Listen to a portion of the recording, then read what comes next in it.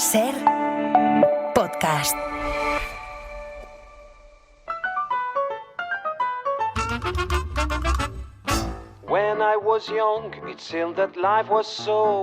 La ventana de los libros, con Marina San Martín. Oh, it was beautiful, magical, and all the birds in the trees, well, they'd be singing so happily, joyfully, playfully, watching me. But then they send me away to teach me how to be sensible, logical,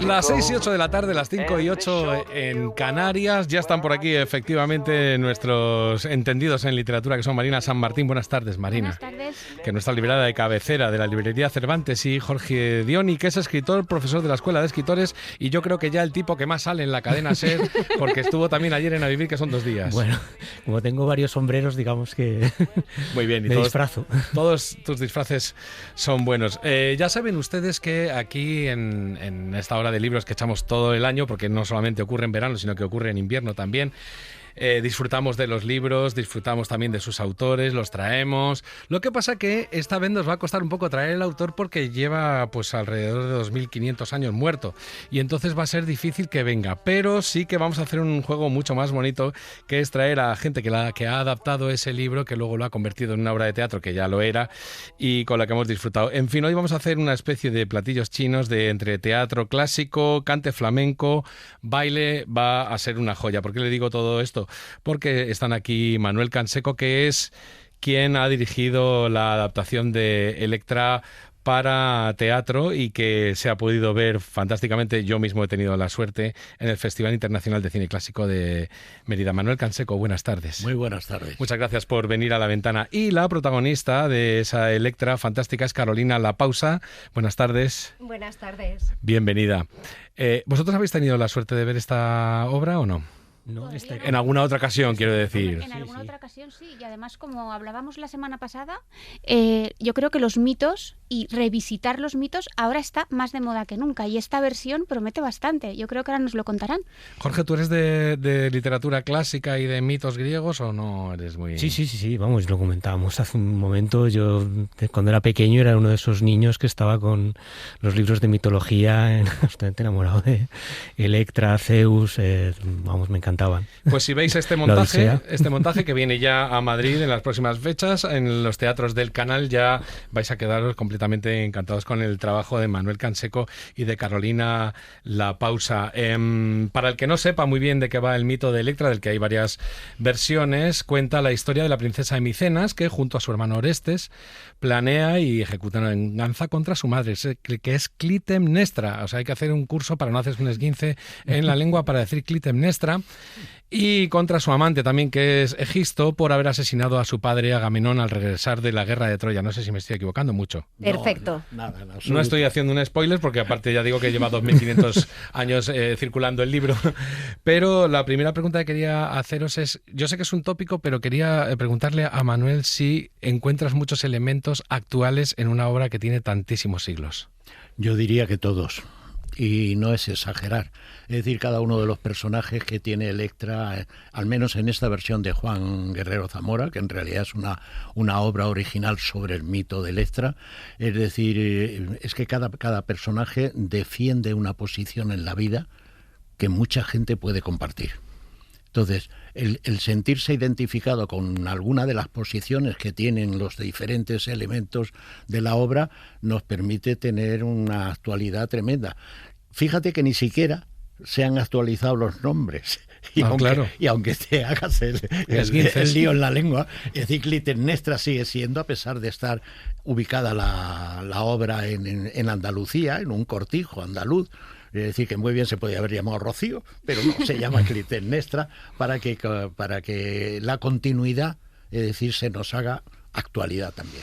Bueno, he dicho que es el mito de Electra, y en realidad, como decía Manuel, la versión se llama Electra Honda. ¿Por qué? Porque tiene una fantástica mezcla de lo que decía yo antes, de teatro clásico, de la historia clásica, pero también hay cante flamenco en directo de una de las protagonistas, hay un cuadro, hay un tocador flamenco, hay también un cuadro de baile flamenco clásico, que es un verdadero espectáculo ver, porque además están completamente empastados. O sea, ¿cómo se ha hecho esto? ¿Cómo es de fácil o de difícil lo de repente estar haciendo pues un texto, digamos, que ha hablado, y que de repente entre una parte en la que hay bailadores y bailadoras y de repente suena un cante?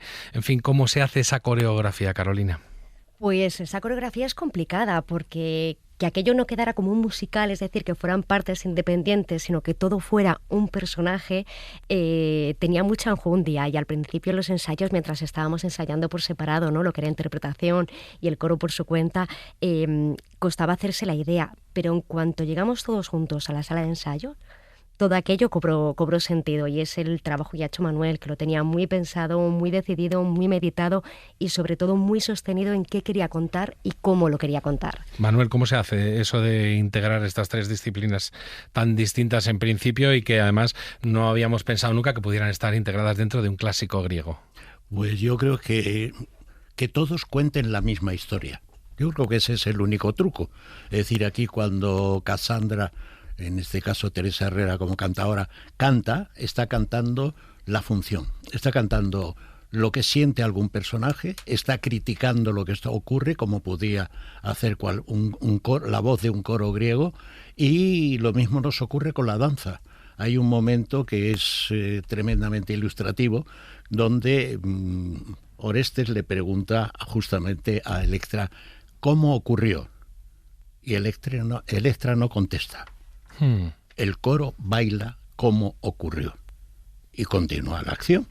Quiere decir que ese empaste total entre palabra, música y danza es porque son parte de la misma historia, no son pegotes que hemos metido por casualidad, y en gran parte, por supuesto, es la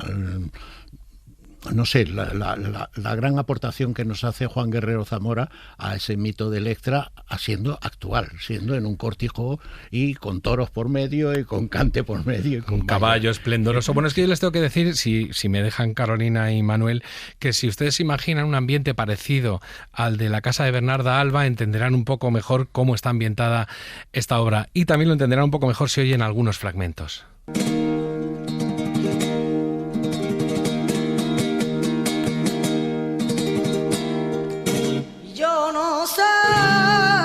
Es una brecha demasiado honda.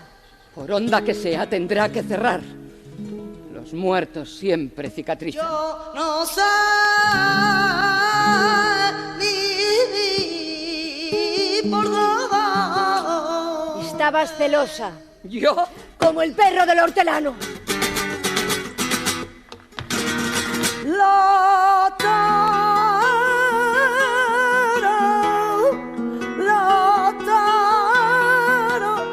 Algunas de las voces que ustedes escuchan, por supuesto, son la de Carolina La Pausa, pero como Clitemnestra está Alejandra Torray, que también hace un trabajo precioso, está El Ciego, que es Juan Gea, Crisótemis, que es Paula Colorado. En fin, es un reparto precioso y como bien decía Manuel antes, nadie sobra, todo el mundo hace parte de esa coreografía, Marina.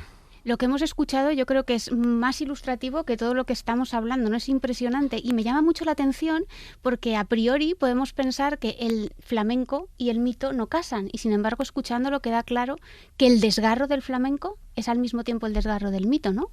Eso es, sí, porque además el flamenco es muy trágico, y antes hacíais alusión a Lorca. Lorca es nuestro gran trágico. Todo lo que pasa es tan fuerte que los personajes tienen que morir, porque si no, no tendría sentido sostener eso que está pasando. Sería imposible, humanamente imposible, sostener tanto dolor, ¿no?, y circunstancias tan duras. Entonces eso es lo que tiene la tragedia griega, y fusionado con el flamenco, que es el tono, que es el desgarro y que es un poco lorquiano, ahí es donde encaja todo.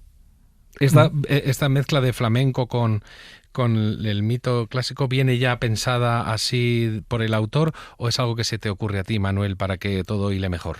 No, viene pensada por el autor porque están las letras. las letras, que además muchas de ellas son anónimas porque han nacido de la raíz del pueblo, y lo único que hemos hecho es que son palos muy concretos. Tenemos un excelente músico que es José Luis Montón, un guitarrista de primerísima calidad, y él se ha compuesto, atendiendo a los palos que estaban reflejados en lo que dice la letra, la música, es porque nos interesaba también tener una unidad musical. No porque las letras no se conocieran, conocíamos letras y conocíamos la música que tenían esas letras, pero nos hacía falta que la música nos envolviera y contara exactamente también. Hablamos de los mitos, lo hablábamos antes, que siempre los mitos tienen como varias aproximaciones, es decir, Electra tiene varias aproximaciones, hay algunas en las que es como una especie de Lady Macbeth con Orestes que le empuja a cometer la venganza, y otras que son los dos personajes los que la hacen juntos, digamos. Sí, fíjate, mientras estábamos ensayando, Aitana Ganán, que es la mano derecha de Manuel, en un momento en el que yo estaba perdida y decía, ay, no sé por dónde salir, no entiendo esto, por dónde lo sostengo, me dijo, vuelve a Hamlet. Fíjate que Hamlet no es mito griego, pero tiene algo que lo sostiene, porque al final hablan de heridas universales, que son las que hacen que textos escritos hace 2500 años, hace 4 siglos, o ayer mismo, puedan tener interés dentro de 100 años, ¿no? Entonces, volver a Hamlet de repente me hizo releer Hamlet de otra manera y entender muchísimo más a Electra. Al final es una historia muy parecida, es decir, es una venganza. Es una venganza, eso es. Ahora, cuando vengáis en septiembre a los teatros del Canal, ¿cómo vais a hacer la escenografía? Porque claro, allí te la dan hecha en el maravilloso teatro de Mérida, pero ¿cómo va a ser la escenografía aquí en Madrid?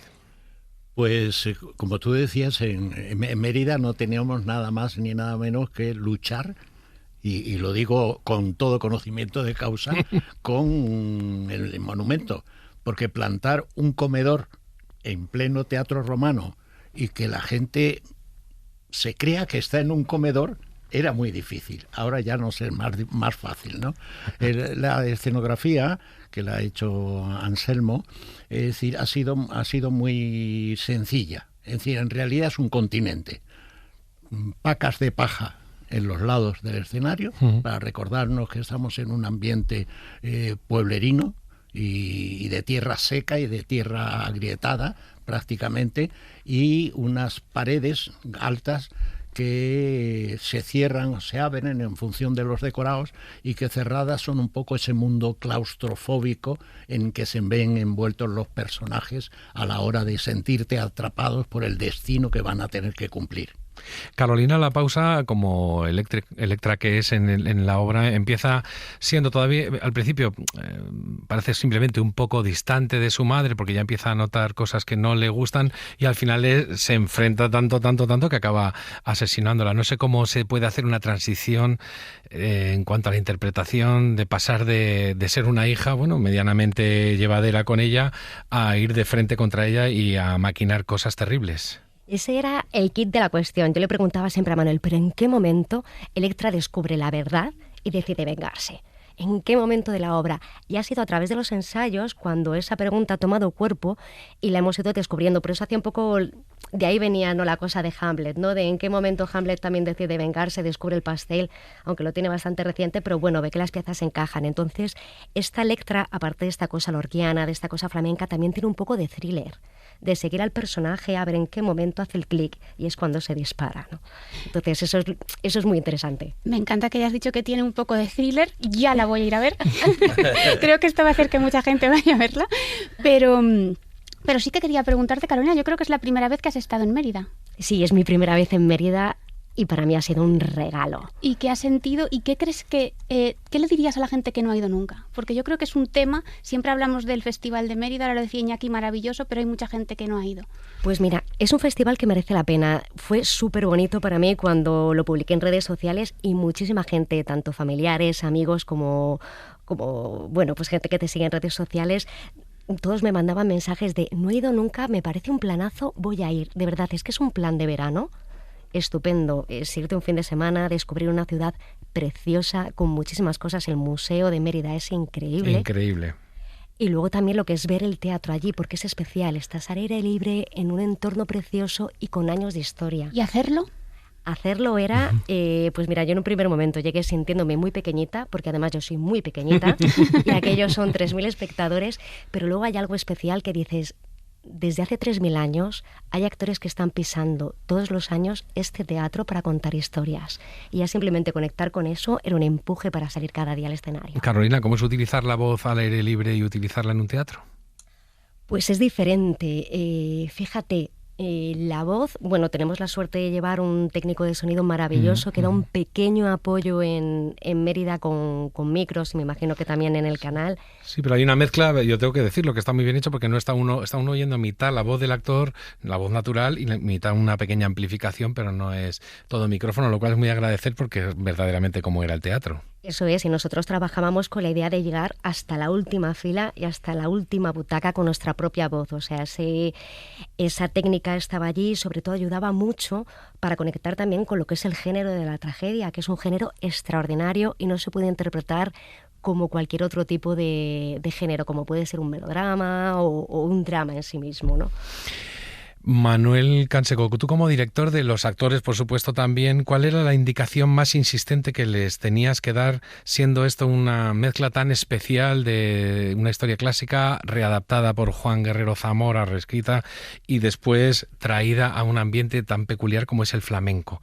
¿Cuál es la indicación más insistente? Espero que mienta. Bueno, lo más importante era entender las razones del personaje y que cada personaje defendiera sus razones. Es decir, no nos fijemos en que es una tragedia, fijémonos en cómo cada personaje actúa y el conjunto es el que forma la tragedia. Y eso ha sido lo fundamental. Eso y luego el que siguieran esa misma línea también el cante y el baile. Tengo que decir una cosa que antes se me ha olvidado y es importante, y es que tenemos a Ibérica de Danza. Sí. Ibérica de Danza, aparte de ser una gran compañía de ballet, es decir, nos daba ya un conjunto. Y ese conjunto para hacer un coro es muy distinto que contratar a 4 bailadores por un lado y a 6 bailadoras por otro, ¿no? Aparte de que ya la historia de la compañía en sí es que empieza en el flamenco y acaba en el baile moderno. Quiere decir que el cuerpo actúa también, no solamente es el tacón y el baile, para decir qué es lo que está ocurriendo dentro del personaje o dentro de los personajes. Sí, porque hay que decir que las coreografías de ese cuadro son a veces de baile clásico español y a veces son un poco más modernas y luego otras veces tienen que estar al servicio del significado, como tú bien decías, de cuando no se da una explicación, pero se da con los cuerpos de cómo ocurrió el asunto. Realmente es un prodigio también de adaptación de la danza, Jorge. Sí, me ha encantado lo que ha dicho Carolina Pausa ahora, que es que el proceso creativo está en los ensayos, en el escenario. Y yo es algo que siempre insisto mucho en los talleres, que el proceso creativo nunca está en la idea, está cuando te pones a escribir y cuando vas viendo todas las posibilidades. Sí, yo que vengo de la danza, pero además del teatro, que es un arte viva, para mí el proceso está en el cuerpo, ¿no? En un segundo cerebro que tenemos por ahí colocado y de alguna manera te va marcando el camino y te va sorprendiendo también. Justo este fin de semana he escuchado una entrevista a una escritora que decía que ella reproducía las cosas que decía su personaje. El personaje se levanta, yo me levanto. El personaje abre una puerta, yo abro una puerta. Se come un melón, yo me como un melón. O sea, quiero sentirlo. Y también te pregunto por Electra, pero de otra manera, porque ahora tú decías que has convivido con el personaje en ese proceso creativo y efectivamente cuando escuchamos la historia de Electra o cualquier historia de un mito, decíamos antes, siempre son desgarradoras, son extremas. Pero por otro lado, yo creo que, y a lo mejor ahora todo el mundo dice, Dios mío, no, pero en el siglo XXI hay muchas Electras por ahí pululando, ¿no? Y muchos Orestes. Hay muchísimas Electras y muchos Orestes y mucha tragedia, porque la tragedia se construye sobre hablar del amor y del odio, que son dos motores fundamentales en la vida y que mueven la realidad más que nunca. No hace nada, hace falta abrir un telediario, un periódico para ver que está más de actualidad que nunca. Sobre todo, perdona. No, porque hay otra cosa que me llama la atención y es que creo que hay mucha gente que no se acerca a los mitos porque entiende que no va con ellos, ¿no, Manuel? Claro, y es todo lo contrario. Es todo lo contrario. Es decir, Clitemnestra, sin ir más lejos, es una mujer traicionada por Agamenón. Exacto. Es decir, ella tiene su lógica y su defensa, Porque no es la Agamenón- mala de la película. Es verdad que no la mata a su odiamos. hija. En esta obra, desde luego, no la Claro. odiamos. Yo no la odié. Efectivamente, igual que ocurre lo contrario, que Electra que ha amado a su padre más que a su madre, que ya lo dice desde el primer momento porque es la niña de sus ojos, pues le ha molestado tanto que luego Clitemnestra haya sido infiel. Pero hay que decir, ¿lo ha sido o lo ha sido por consecuencia de lo que ocurría con Agamenón? Es decir, todo eso que queda en la reflexión del espectador yo creo que complementa muy bien el trabajo, que no podemos dar al espectador, es decir, las cosas totalmente hechas, ¿no? Y yo quería decirte también una cosa, Iñaki, y es que, hablando del proceso de ensayos, es decir, muy pocas veces, yo creo que es la única vez en que lo que yo tenía en la cabeza se ve plasmado en el escenario. ¿Por qué? Pues porque los actores van contribuyendo, para bien o para mal algunas veces, y nos encontramos con que el resultado va siendo otro. Pero aquí no sé si nos hemos ceñido exclusivamente o que no les ha dado tiempo a marcharse, y puedo decir que es un espectáculo del que estoy absolutamente orgulloso. Y no me extraña porque es una maravilla de espectáculo. Creo que ibas a decir algo, Carolina. Perdón, sí, una cosita para quien tenga miedo a acercarse a los clásicos. Los clásicos son el primer gran culebrón de la historia. No hay que tenerle tanto miedo. Sí, es una maravilla, es verdad. Cualquiera que sea fan de Juego de Tronos bebe de la mitología clásica totalmente. Además, una historia tira de otra. Irán a ver Electra, se meterán en la Odisea, querrán saber quién era Agamenón. Pues Electra Honda va a estar aquí en Madrid, en los Teatros del Canal, del 5 al 18 de septiembre. Es una obra en realidad escrita por Juan Guerrero Zamora sobre el clásico y está dirigido por Manuel Canseco, que también está con nosotros ahí. Y que yo les invito a que se queden, a Carolina y a Manuel, para que participen como, si ellos quieren, como parte del jurado de unos relatos que hacemos con banda sonora todos los veranos aquí en La Ventana. Pero antes de que vayamos a eso, le vamos a pedir a Marina San Martín que nos haga alguna recomendación de libros, porque ella trae siempre, ella no hace otra cosa nada más que dormir y leer. Entonces, ¿qué es lo último que nos recomiendas que no hagamos mientras dormimos? Ya me gustaría. Pues mira, hoy no me quería ir, igual que estamos hablando de una obra que vamos a poder ver en los teatros del Canal, yo os voy a recomendar un libro que vamos a poder comprar en septiembre y que no tengo duda de que va a ser uno de los éxitos de la temporada. Es El hijo del oligarca, de Patrick Radden Keefe. Lo va a publicar Seix Barral, y la historia es una historia real, pero como hace siempre este autor tremendamente literaria, la convierte en literatura súper bien documentada y nos cuenta cómo en una madrugada londinense de 2019, en un edificio de superlujo que da al Támesis y que curiosamente tiene enfrente al MI6, un chaval de 19 años se asoma al balcón, mira y de repente se lanza al río. Y a partir de ahí empieza el misterio, la historia de un impostor y sobre todo la historia de una ciudad, Londres, en el siglo XXI, súper bien contada.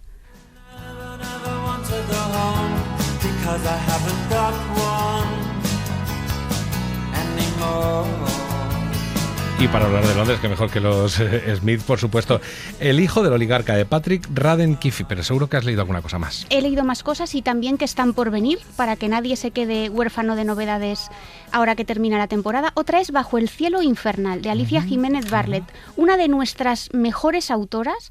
Por supuesto, escribe género. Yo no me podía ir esta temporada sin recomendar un buen thriller, pero tiene uno de los personajes más increíbles de la historia de la novela negra española, que es Petra Delicado, que lleva viva desde los años 90 y que sigue dándonos las mejores aventuras. En esta, un jesuita aparece muerto en un barrio periférico y problemático de Barcelona, mientras Petra tiene que bregar con su propio duelo por la pérdida de su marido. Y es una magnífica novela. La publica Destino.